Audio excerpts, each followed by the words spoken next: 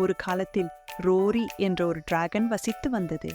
Rory கோபப்படும் போதெல்லாம் தனது உக்கிரமான கர்ஜனைகளுக்கு பெயர் பெற்றது. ஒரு நாள் தனது நண்பர்களுடன் விளையாடும் போது ரோரி தோற்று கோபத்தின் எழுச்சியை உணர்ந்து அதன் முகம் சிவந்து சத்தமாக கர்ஜிக்கவிருந்தது. அப்போதுதான் ஆந்தை பறந்து வந்து ரோரியின் துயரத்தை கண்டது. ரோரி, நீங்கள் கோபமாக இருக்கும்போது ஒரு ஆழமான மூச்சை எடுத்து 10 வரை எண்ணுங்கள் என்று அவள் மெதுவாக அறிவுறுத்தினாள். ரோரி அதை முயற்சித்து பார்க்க முடிவு செய்தது.